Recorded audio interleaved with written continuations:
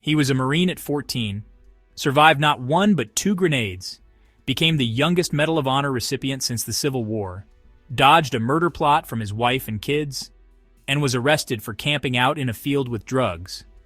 And that only scrapes the surface of the story of Jack Lucas, a Marine whose life had more drama and action than any Hollywood movie.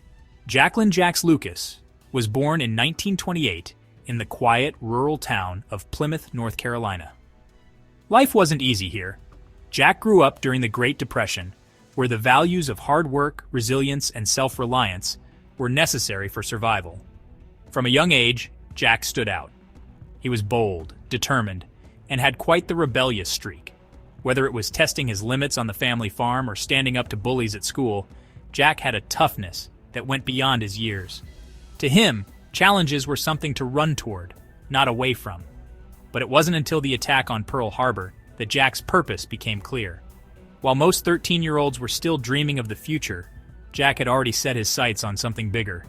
He wasn't content with just reading about the war in the papers. He wanted to be part of it. At just 14 years old, Jack made up his mind. He lied about his age and enlisted in the Marine Corps, determined to serve.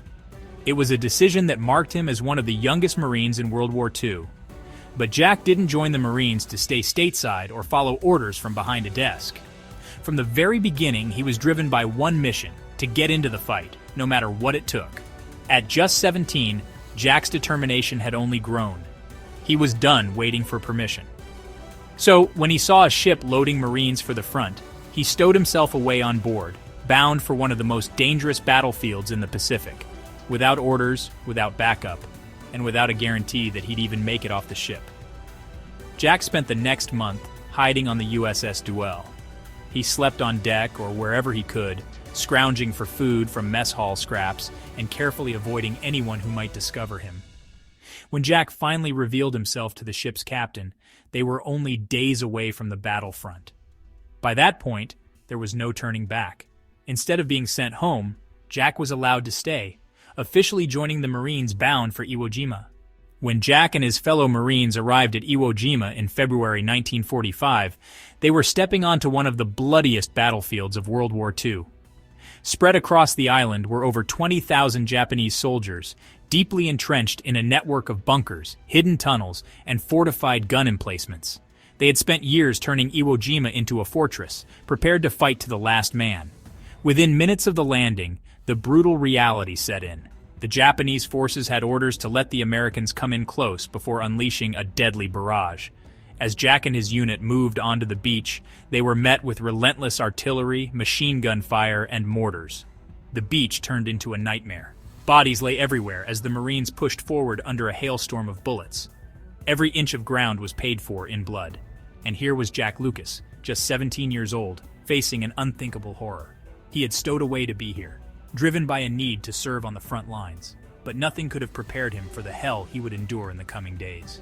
Just a day after landing on Iwo Jima, Jack Lucas and his fire team found themselves moving cautiously through a narrow trench. Suddenly, Japanese soldiers launched a surprise attack on Jack's team. In an instant, 2 grenades landed in the trench, right at their feet. In that split second, Jack made an unthinkable choice. Without hesitation, he threw himself onto one grenade and pulled the other under his body, determined to shield his fellow Marines from the blast. The explosion was devastating. Jack's body absorbed the full impact of both grenades, shattering his ribs, tearing through his flesh, and leaving him covered in shrapnel. Somehow, miraculously, he was still alive. Jack Lucas, barely 17 years old, had willingly given up his life in those split seconds to save his team. Against all odds, he survived the blast that should have killed him. On October 5, 1945, Jack Lucas stood before President Harry S. Truman at the White House. In a solemn ceremony, he received the Medal of Honor, the youngest Marine to ever be awarded this honor since the Civil War. President Truman reportedly told Jack, "I'd rather have this medal than be president." It was a recognition not just of Jack's bravery on Iwo Jima, but of the unthinkable sacrifice he was willing to make for his fellow Marines. Jack's heroism became a symbol of courage and sacrifice for Marines and service members across the nation. His story proved that true bravery comes not from age or rank, but from the willingness to put others above oneself, even in the face of death. But Jack's story was just getting started. After the war, Jack earned a business degree from High Point University before enlisting in the United States Army as a paratrooper to conquer his fear of heights. During one of his training jumps, both of Jack's parachutes failed. He plummeted to the ground, surviving a near-fatal impact that would have taken down most men. But Jack walked away, once again proving that nothing, not even gravity, could keep him down. After his military career, Jack continued to build his legacy in new ways. He settled down, married, and started a family, raising several children. Never one to sit still, he also founded a successful chain of butcher shops in Maryland, applying the same grit and determination he'd shown on the battlefield to his life as a businessman. Fast forward to 1977. Jack Lucas, now a successful businessman and family man, thought he'd seen the worst the world had to offer. But nothing could prepare him for the betrayal he would face in his own home. In June of that year, Maryland State Police informed Jack that his second wife, Erlene Lucas, along with her son-in-law and daughter, had been conspiring to kill him. Their motive? Money. According to police, the three family members had tried to hire a hitman to kill Jack and collect on his life insurance. Little did they know, the hitman they contacted was actually an undercover state policeman. Erlene, her daughter Becky, and Becky's husband Jerry were all arrested and charged with conspiracy and assault with intent to commit murder. They were held in custody at Prince George's County Detention Center, awaiting trial. To this day, the details around the situation remain foggy. Jack promptly divorced Erlene, however he did argue in her favor during trial. We will never fully know what happened. By the 1980s, life had taken a tough turn for Jack Lucas. After surviving battles on and off the field, he was now living off his life savings, struggling to make ends meet. In 1985, things went from bad to worse when Jack's mobile home burned down, leaving him without shelter. With nowhere to go, Jack resorted to camping on a friend's property in Elkton, Maryland, setting up a tent in a cornfield. But soon, this quiet retreat turned into a new nightmare. On August 28, 1985, Maryland State Police discovered marijuana plants growing in the field where Jack was camping. Although Jack insisted he had no connection to the plants, he was charged with unlawful manufacture and possession of controlled substances.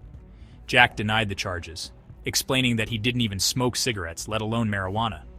Local authorities eventually realized Jack had no involvement in the illegal plants. Given his cooperation with the investigation, and the recognition of his heroic military service, the state of Maryland decided to drop all charges. Despite the struggles and hardships of his later years, Jack Lucas never lost his fighting spirit. By the early 2000s, Jack had found peace. In 2006, he received one last honor from the Marine Corps.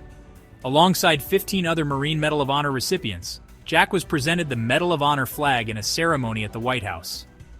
In front of over 1,000 Marines, family, and friends, Jack's words reflected the pride and renewed strength he felt. "To have these young men here in our presence," he said, "it just rejuvenates this old heart of mine. I love the Corps even more knowing that my country is defended by such fine young people." 2 years later, Jack Lucas passed away at the age of 80, surrounded by his family. It was a peaceful end for a man who had spent his life on the edge of danger, surviving battles both on the field and off. Jack Lucas's life was more than a collection of battles and triumphs. It was a testament to the power of courage, of sacrifice, and of never giving up, even when the odds were stacked against you. From the trenches of Iwo Jima to the challenges he faced later in life, Jack proved time and again that true heroism doesn't fade, it only grows stronger. If you liked this video, don't forget to leave a like and subscribe.